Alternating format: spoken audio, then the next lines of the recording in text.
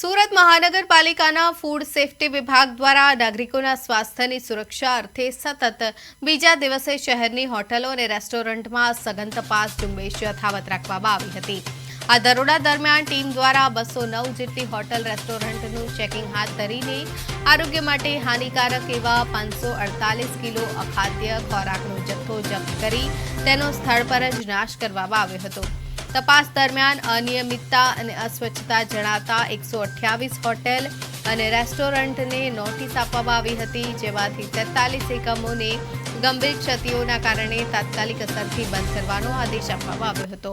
તંત્રએ સ્થળ પર જ નિયમોના ઉલ્લંઘન બદલ ₹4.43 લાખનો દંડ વસૂલ કરીને બેદરકાર સંચાલકો સામે કડક કાર્યવાહી કરી।